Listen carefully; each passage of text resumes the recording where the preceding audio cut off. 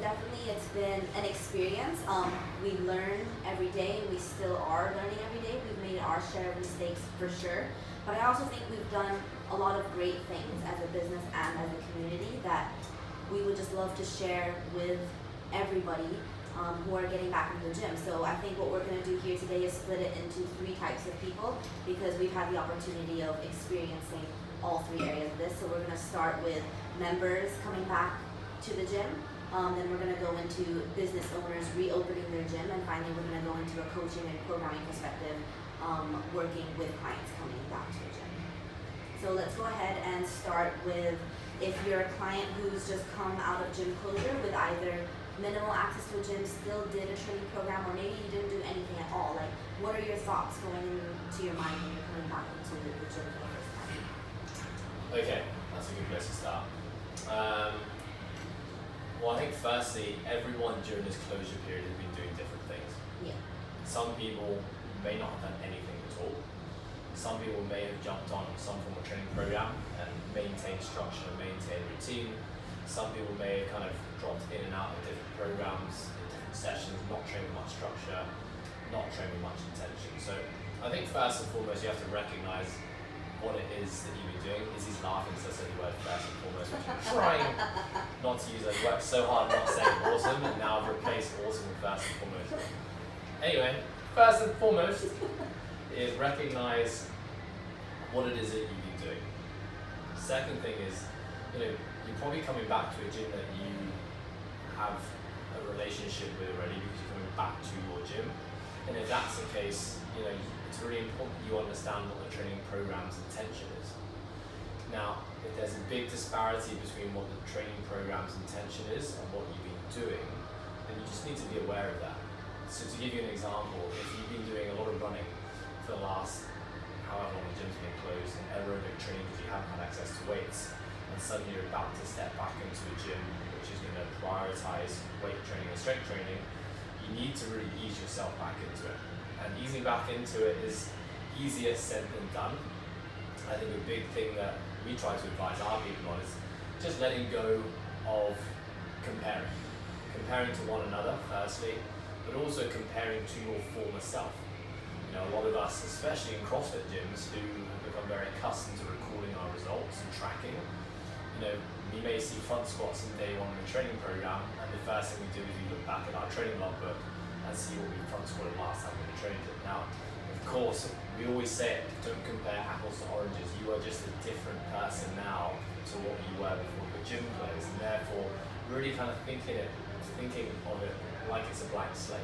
You're starting from scratch, and you're rebuilding the system just the same way that you did when you first stepped into the gym. So I think that's a really important thing to understand. Contrary to that, if during the closure period you've had access to weight training equipment and you've been loading your body, moving through typical planes of motion, so you're CrossFit gym, squatting, deadlifting, pressing, Olympic lifting, gymnastics, then by all means the environment's just changing, but the training stimulus is the same, in which case you can push on a bit more. So I think that is a very, very important first step. I think we'll talk about it later, but businesses and gyms need to also recognize and try to understand where their members and clients are coming from, and what's going to be the safest and most effective way to reintroduce them back to the most dangerous thing here being loaded strength training. Yeah, I think we're very, very lucky in the sense that we had our gymnast program, and therefore we knew what most of our members were doing.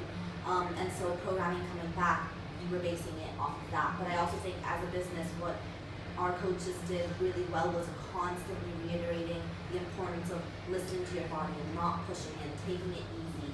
And I think you're going to go into it later, but it's so important you are in charge of your members, you know what I mean? And yes, they have to listen to their bodies, but they only know so much as well. And so what you guys did really well was easing them back into training and not doing a one-on-one first, which I know people won't do, but I think it goes back to what you always talk about, which is education, knowing your body, auto-regulating, and doing what feels good for yourself without getting caught up into the groove of the community and being back and being so excited. You just have to take it easy. Yeah, coaches and gyms need to take ownership for providing a smartly structured training program that's going to progress people back into it in a safe and effective manner. But as a member, as a client, you need to take ownership for listening to your body and adhering to what your body's trying to tell you. And that means taking your foot off the gas a bit today, making the weights lighter and just taking it easy because you're stiff, you're sore, then like do it. Yeah, I think a good thing that you expressed for them to think about was that, do you want to come back tomorrow, or do you want to be so sore and broken that you're going to spend another 5 days out of the gym? And I think when you put it that way, people were like, oh no, like then I gotta pull it back because I want to come back. And you have to think that it's not only a physical thing. You're going to be mentally pushing yourself, and that's also going to have you feeling drained and maybe not wanting to come back or be motivated to come back. So I think when you put it into that perspective, for people, they were more wary and conscious of how they were. Yeah. For sure, I think there's an added stress of being in a gym environment compared to being in your home environment. You now have a time schedule you have to stick to because you've got an hour for class, so you've got to show up on time, you've got to get your work done efficiently, productively, and then you've got to get out of there. You have a coach watching you the whole time. You are in a group environment with other people who are also pushing hard, and like for most people who've been training in isolation by themselves, it's exciting. It's hard not to get caught up in that environment. You've got a clock that you're now watching, which is ticking away seconds, which means that you have to put work in. So I think all of these things contribute to added stresses. When we say stresses, it could be stresses in a good way. It's why the group environment can be such a great place for folks to train and work towards their training goals. But just understand that it is very different to probably what most people have been doing, which is training in them by themselves in the comfort of their own homes, to the comfort of their own training schedules. And so, we have to be very mindful when we come back. And I really like that DOMS example. A lot of people use DOMS, delayed onset muscle soreness, as an indicator of good training. But in this case, like you go straight back in, you put a lot of load on your body that you haven't been putting on. Like your body is going to break down, both mechanically, from a muscle tissue standpoint, but also neurologically, which is like the feeling of just being drained. So, with the last thing you want is to come back into the gym environment and have to take forced rest because you're just too sore and too drained to be able to continue. So, Yeah, and I think finally, well, from my point of view, it's really important because we've talked about before that through closure period, a lot of people have had mindset changes about their training and about their goals. So I think before stepping back into the gym, it's really important to just take a moment to reevaluate, to think what you are looking to achieve when you get back into the gym, and if you have a coach, to make sure that you talk about it and explain it and set those goals and set a plan to achieve those goals. Because the last thing you want to do is go back to a gym not really knowing what you want to do and just doing it, you know what I mean? So I think it's really important to go back to your goals, go back to your core beliefs, and go back to your plan and set it from there before you even step into the gym. and I think again, with going back to the comparison thing, like you're going to have a new set of goals. Yeah. So if you were on the trajectory towards accomplishing a lofty goal before the gym closed, and you've now not had the chance to work towards that goal because you haven't had the gym, right? You're going to have to lay in place the baby steps if you want that same goal to get you back up there again. You can't just simply go back in where you left off. I think just an observation that I had as an outsider kind of looking in, seeing our members come back in was, and I've talked about this I think in a couple of the other podcasts already, but this general acceptance of letting go. Letting go, I think we spoke about it in our episode, you had a moment of letting go when you realised that the cycling events weren't going ahead anymore, and like there wasn't the same pressure for you to have to like chase performance all the time, because you knew you had a big window of time where you could just chill out, relax, train to feel good, really rethink your goals and come back with a game plan, which we're now on. Ants had the same thing as an athlete as well, CrossFit Games got cancelled, sanctioned events got cancelled, he was able to really let go and just without the time pressure of knowing he has to prepare for competition to really focus on things that he needed, and he's reaping the rewards now. As a general member who perhaps isn't working towards specific competition goals, you get, I think what we were seeing, and this is something we always see in CrossFit gyms, is that people get very fixated in achieving performance-based goals when really their goal is health. So, you become you lose the ability to listen to your body. Because you're so caught up in like just wanting to improve at, let's say, getting your first muscle up or snatching a new PR. And I think what the COVID closure did was to put everything back into perspective, that what is the most important thing actually for me? And for a lot of people, they needed COVID to remind them that being healthy, feeling good, not being in pain were actually much, much more important to them than hitting a new Snap PR. And I know this because I went through my own realization process, and I've had conversations with a lot of our members who also had the same. So what that meant was that they came back into gym without this like gung-ho fire to want to just do everything. Yeah. And they were like, accepting that, okay, like I just kind of want to be strong again. I don't actually care about just doing high intensity metcons, which is what I used to like thrive off in the past. Like I just want to be strong, I want to build muscle, and I want to feel good.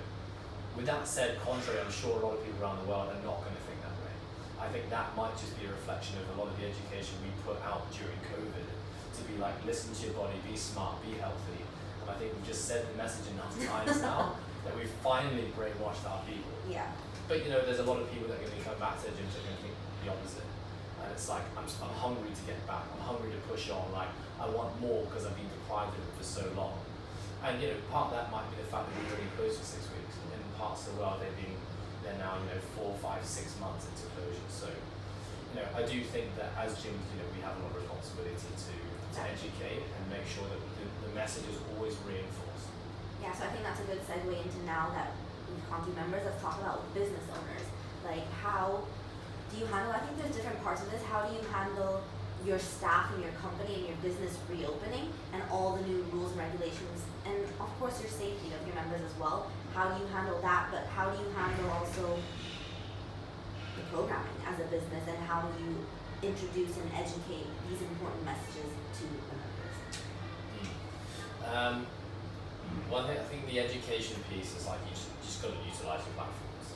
We have amazing platforms like Instagram, social media, we have a newsletter, and obviously we have the ability to be in contact with our people every single day. So I think from an education standpoint, like utilize all your platforms all the time. Know what your message is, know what your mission is, and just rinse and repeat. So I think in that, Yeah. in that perspective, what I realized the most from the back end is what made us successful in the sense of closure was that we realized it was more than anything about the community.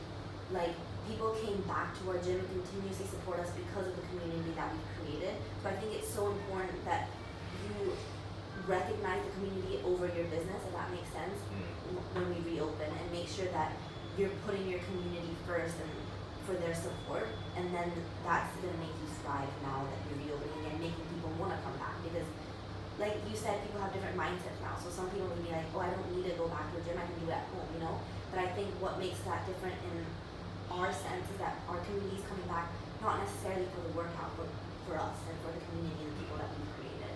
Yeah. So I think that's I think that's a hard thing to cultivate in a decision now. That was, we are in that position because of years of investment of putting our community first. And I think during the COVID time, like, we did everything we could as a team to provide value for our people. It would have been easy just to sit back and say, all right guys, well, gym's closed, we'll see you in 6 weeks. Good luck with it. And we laugh, but it's what a lot of gyms did do. And it's kind of sad to see because there's clearly like a lack of investment in the people in your gym there. And that, that's a very hard, you can understand why people are going to leave that type of gym. So, I think for us, we recognize that, well, COVID closure is not a time to make money. So let's just remove that objective from our mission as a team, as a company. But our goal is, at the end of the day, to impact people's ability to live, perform, compete. That is our mission. We have it written up on our board, soon to be written up on our wall, but it's something we talk about every single day. And so, COVID closure was just about providing value in any way that we could. And we tried so many things that flopped, didn't work, but we didn't stop trying. And I think by the end of it, we kind of had something that we thought, this is what we're gonna stick with for now. And I think it's providing value to our people. And I think, constant investments like that over time is what builds community. And so, if you're at the point now listening to this and thinking, I haven't done any of that, then this is going to be a tough reopening for you. And I think a lot of businesses around the world in the gym industry are going to have to reevaluate and look back on what they've done over COVID closure and learn some really harsh lessons and probably make some big changes. Okay, let's go back to now you as a business. Yeah. Yes. So I think something for us was you just have to be hyper vigilant with regards to like what's happening. I'm not someone who likes to read the news. In fact, it's something I really spend very little time and energy towards because I think it often contributes unnecessary emotions and feelings to my day, which takes away from other things that are important to me. But right now, it's really important that you are staying in tune with the news and being hyper vigilant as to what the government restrictions are. We've now been open 6 weeks, and I think every 1 to 2 weeks something has changed. Whether it's been like a new cleanliness protocol, whether it's been number of people allowed in the facility, size of group classes, precautions that members must take, applying for subsidies. You have to you can't just be ignorant to think gym's open again, like let's get back to normal, because this is something I'm talking about a lot right now. I feel, but like there is no normal. Yeah. And I think people are always asking like, good to see you guys back to normal. I'm like, well, this has been a really great reminder that normal doesn't actually exist. And I think as soon as you start to think that something is normal, you're probably in for a rude awakening at some point in time. And so now, kind of just removed that whole word of like, what is the normal, what is normal? Just be like, guys, just adapt to the times. That is what we do. We train for a sport that requires you to be constantly adaptable to the stimulus, and like it's no different to what real life is. So I think that's the first bit. Have a good team of people, bring your team into it. If you're a business owner listening to this, more minds are better than your own. And certainly, like when it comes to government regulations, like yourself and Nick, who's our general manager, have been the two people who've been really driving this. And I kind of sit as kind of like a silent board and listen to your thoughts, and then we make a decision together. And so, bring people in your organization into these decisions and make it together. So I think that's number one. With that, yeah, I think it's really important to not get caught up in reopening, because sometimes you could be, and I know a lot of people will be like, fuck it. Oh, sorry, I'm not going to curse. Okay, can't take the okay for kids box on YouTube anymore. Sorry. You're just like, whatever, we're going to open.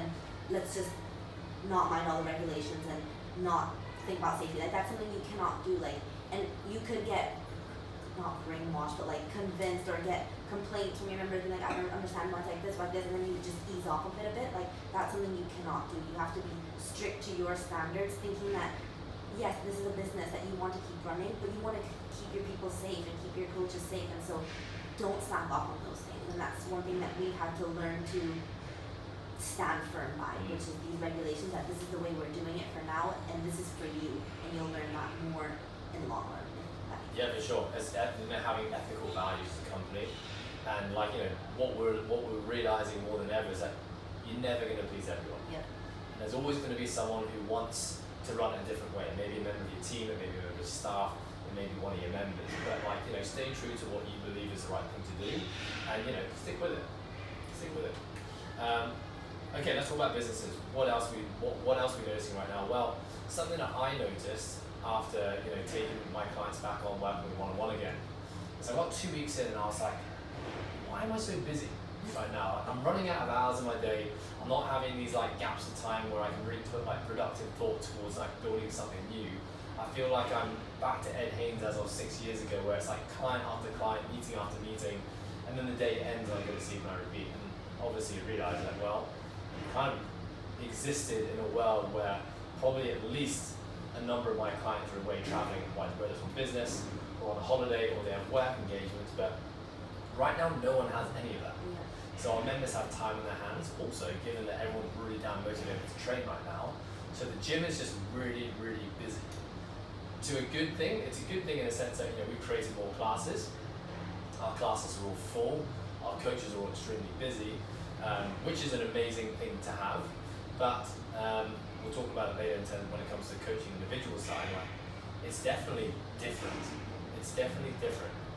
And so making sure that you're, as an individual, still scheduling time to yourself to work on moving your business forward, or just to work on having your own time, I think is going to be really, really important when you open your doors again. Yeah, so I think to put it more into perspective is that we had lots of lulls in our days before, because we would have 16 people in a class, and so then we would have breaks in the gym where... And you'd have peak hours and non-peak hours. Exactly.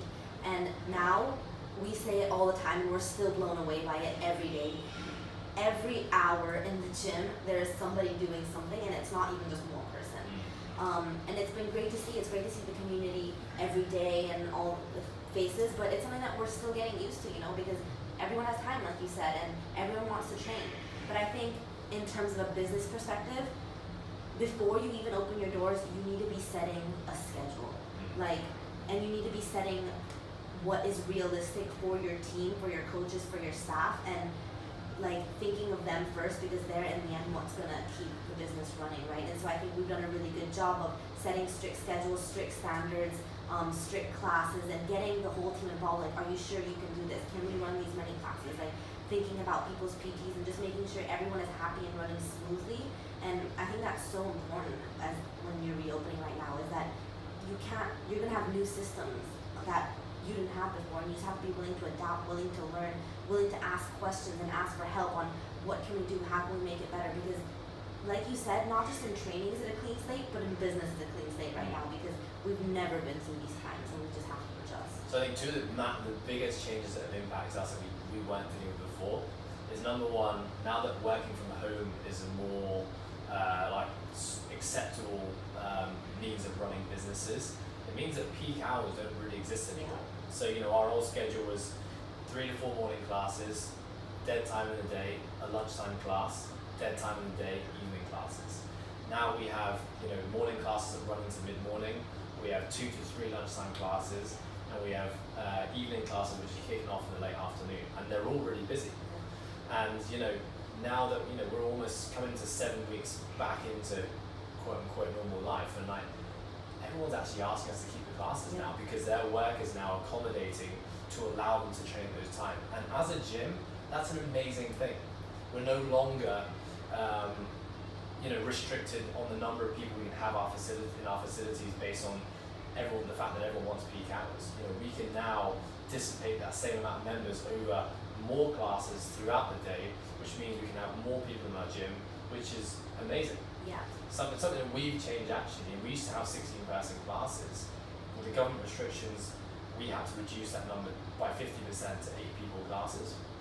And we realized as a coaching team, as an organization, how much nicer it was to have 8 people in the class versus 16. It allowed us to coach more effectively. It allowed me to be more creative with the training program, because we can incorporate more elements. And essentially, our members were happier to be in that environment because they were receiving more value for their money. And now that our cap has been increased based on a couple of days ago, we've actually decided to not go back to 16-person classes, and we're going to keep it at 10.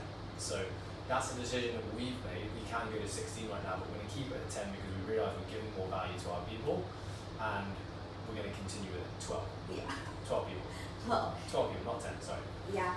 So I think that's one thing. You're going to add something to that, Liz? Yeah, just that, like you said, you're taking all these positives out of it, and we're only starting to realize these positives. In the beginning, I'm not even going to sugarcoat it. It's so hard as a business owner, and I want everyone to know that it's going to be okay. It's going to be hard. You're going to learn. You're going to have to adjust. But we've taken away so many positives, and we're going to start implementing these new changes because they've just been so much beneficial for the business. One of them is class sizes, one of them is booking time, one of them is class schedules and coaches schedules, team meeting. We meet 2 times a week now, and not even just for an hour. You coaches meet as well. We have more opportunities to be together as a team. Yes, in the beginning we were confused, or not confused, but taken aback that we had to sacrifice our training time to one block that all coaches had to train together. But now we love it because that's our team bonding time, and we like to be together, So there's so many positive takeaways that you're going to go along this journey of reopening, even though there are speed bumps. And I think maybe the final thing to add on the business side is that as a team, when you're learning and you're adapting, you're pivoting, communication is so important. Yeah. So what we've done, we've communicated first and foremost with our team. And I just said it again, first and foremost. Okay, another word like first and foremost, we decided to invest, team comes first. And to be honest, the team was involved in a lot of our decision making. It would be as a group or small units within our team, make a decision before we communicate it to the rest of the community, communicate internally, ask for feedback. Once we all give the green light, we then communicate openly and honestly to our entire community. And we were not waiting to the end of the month to get a newsletter together. It was okay, we're making a change today, communicate now. And we've gone back and forth on a number of different things, which I'm sure is a massive headache for our community. But at the end of the day, at least it shows that you're investing in being open and honest at all times. And so I think that is key. Explain your reasons for why you're doing something. Don't just come out with a decision, because you're always going to have people that are going to question that decision. But if you can provide rationale behind your decision making, that's just, it's the way it is. Let's all move on and accept. That's great. Okay, so finally, let's move on to the coaching perspective. Like you yourself as the person who programs for the community, but also your team of coaches. Like there's a lot, like you said, there's more coaching hours, you're busier because you have more clients in who want to do things. So what would your learning experiences and advice be for coaches? I think maybe we should start with the program. Yeah, I was going to say, let's start with programming. Firstly, almost 3 times in an episode, caught myself. Firstly, like I said at the start of the episode, you need to try and understand what your people have been doing during this closure period. Now, granted, you're going to have a mixture amongst your community, especially if you're running group classes. But the thing with group programming is always you have to cater to the majority. So if the majority of your people have not been doing heavy loaded strength training, and only a small part have, then you need to cater your training program to that majority of people. So in our case, it was the fact that we knew a lot of our members, a very large number of members were following our gymnast program, which we were writing. So we were controlling the stimulus, and we knew that the training program was a combination of lightly loaded strength training and bodyweight gymnastics and aerobic conditioning. So when they came back into gym, things they definitely hadn't done was things like Olympic lifting. So no one would be doing clean and jerks and snatching. We knew things they hadn't been doing were things like playing on pull-up bars. They'd done a lot of TRX and towel rows, a lot of bent over rows. They hadn't really done a whole amount of vertical pulling. Yeah. We knew that no one had really done any rowing. We knew that no one had done heavy lifting in general. So our training program, in a nutshell, has been rebuild our members, starting with the foundations of strength work first, and then over time we'll start to introduce heavier lifting and more complexity. And we're 6 weeks into a training program right now, kind of designed an 8-week training cycle, and we're still not doing any heavy lifting under fatigue. We're doing a lot of isolated strength training. We're just rebuilding the snatch in a very basic way by building the overhead squat first. And we're really going to stretch out this training cycle to ensure that no one comes in and makes a mistake of going too hard, too fast, and injuring themselves. At the end of the day, people can still make that mistake regardless of what the training stimulus is, but I just want to make sure from our standpoint that we're doing it in the safest and most effective way possible. Yeah, and I think you guys are doing a great job of, like you said, communicating this to the members and explaining the why behind the program, because then when they understand why we're not doing heavy things or why we're not going 100%, then they'll be more inclined to do it and more inclined to trust the process, quote unquote. So I think that's really important from a coaching standpoint, is every session before you're doing something, hey guys, we're doing this, we're still doing this, another week of this, because so I think that's key. You're right. In challenging times like this, when times look a bit different to what people are expecting, this is even more important to have clear communication channels on the what and the why behind why you do things. For example, I've been seeing on the training blog for the last 3 days that a lot of our members, even though we've been doing lighter strength training and less intensity with our conditioning work, are starting to feel a little bit beat up now. 6 weeks into a training program, so next week we're going to deload. So I think that's another example of continuing speaking to your members, finding out how they're doing, how they're handling it. And this wasn't a deload that I planned on doing. I wanted to push an 8-week training cycle before we had a bit of a rest. But this is now clearly, despite being conservative in how we get people back to training, people are still starting to break down a little bit. So let's back it off again for 3-4 days and push forward again. Yeah, cool. So let's go into coaches looking out for themselves. So I think what a good thing us at the business has done is, like you said, bringing the team together constantly. You have times where you just sit down with your coaches asking how they are in an open forum and communicating with that. And you and Nick are also doing a great job of looking out for your coaches, being like, hey, we've been working this long for the first time and ever, no one's taking holidays, maybe we should do something for the team. And when you see coaches not taking time for themselves or not doing what they that makes them feel good, like training, you take them aside and be like, hey, make sure you're looking out for yourself. And like this weekend we're getting together to a social because we haven't let loose as a team since we've reopened, or even since before we were closed, right? And so I think those are great business tactics to make sure that your team is thriving and surviving and being super happy. So what are some things that go into your mind when you implement it, please? Yeah, well, I think the reason for having to even think about implementing any form of strategy here is that, number one, coaches are going to be really excited to get back coaching again. Like, it was awesome to have our doors open again and be able to train people in classes, work with our one-on-one clients again. And I think a part of that natural excitement is that you just want to do it all the time. And something I noticed straight away was that at the end of the COVID period where we were closed, coaches were starting to, it was a stressful time and people were starting to get stuck in their own thoughts a little bit. I think the general feel was a little more negative and positive. Yeah. The day we opened and everyone became busy again, it was like we swept all our problems under the rug and put this fake smile on our faces and just cracked on with life. Which is great, but at the same time, it just goes to show that we get so caught up in being busy, and when you're busy, like, you lose a sense of touch as to what's really going on. And when you do that, there's going to be a breaking point at some point where you've taken on too much, you haven't sat quiet with your thoughts, and suddenly everything comes crashing down at you and you explode in a glorious way. And we just don't want that. Like, you want to avoid those extreme lows, just like sometimes avoiding extreme highs is really, really important. And so, saying to our coaches, guys, and not just coaching team, our operations team as well, who's working extremely hard, like, it is really important to take time for yourself. Like, manage your schedules. I love that you want to be busy and you want to graft and you want to contribute to this business, but like, you are the most important asset at the end of the day. And so that's just a continual reminder, and I get caught up in it as well. In fact, I've had a pretty rough week this week. Maybe not massive because of work-related things, but I've had a tiring, tough, stressful week. I've had to back off in certain things because I could see it starting to affect my work a little bit. I think at the end of the day, the takeaway here is like, schedule your time. Have a training diary that I advocate to my entire team. Use the community diary that we all have access to, and put in there the times you're available or not available.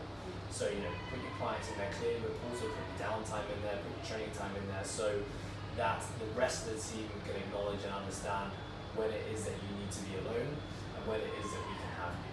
And I think, just making sure you stick to that in the early stages despite excitement is going to be really, really important. Like, not getting caught up in the work and wanting to hustle and want to earn the money that you lost. Like, it's gonna come. Like, let it come gradually. There's no point. Just like the members going back to the gym, there's no point in going hard and burning yourself out and then needing to take a break or not providing the quality service and programming that you can provide just because you're running yourself down. So I think that's super important as a coaching team and as an operations team. Like, don't get caught. Like, live life like it would be normal.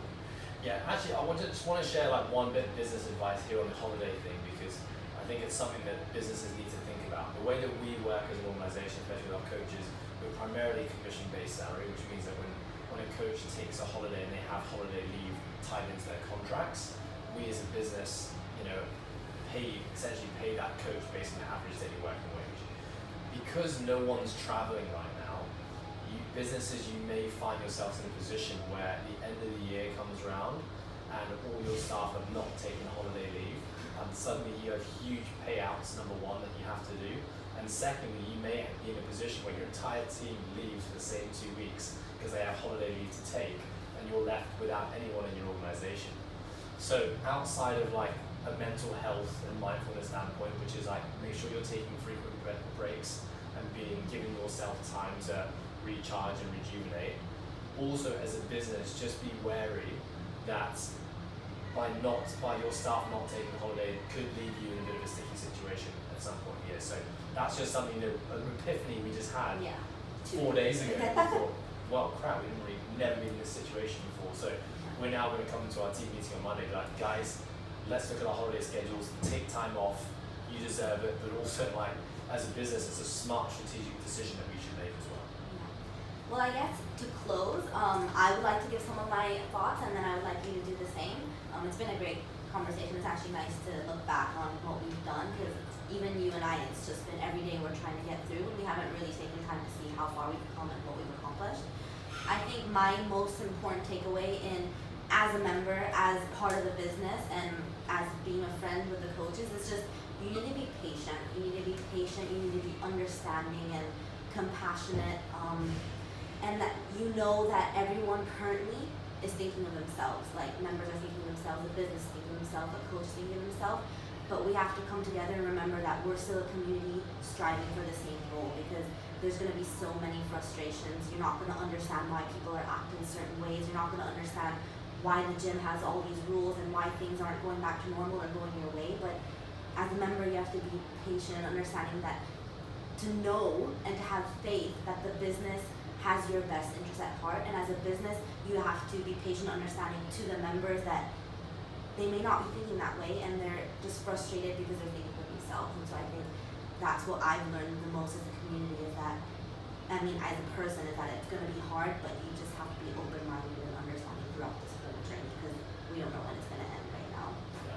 So what are your biggest takeaways? I don't have anything to add on top of that. Generally, I feel like I've been talking a lot this episode, and I think that was a really good way to summarize, probably some shared thoughts that we've all had as an organisation. Being patient, being compassionate, understanding that everyone. It's a good thing that your members are demanding more. Yeah. It's a good thing they want more, because it just shows how invested in this they are. But it's just got to roll the punches, and the times are changing, and everyone has to remain flexible and adaptive. So yeah, nothing to add. Well, I'd also like to say for anyone listening to this episode, if they wanted to ask us questions on how we did things, or if they're going through troubles and they wanted to talk to us, please go ahead, ask us questions, and as much as we'd love to in any way help anybody listening to this episode. Yeah, absolutely. Use us as a resource, please. And good luck to everyone, businesses, coaches, members who are getting back to their gyms. It's super exciting. Yeah. Ease your way back into it. But sending love and wishing you guys all the best of luck.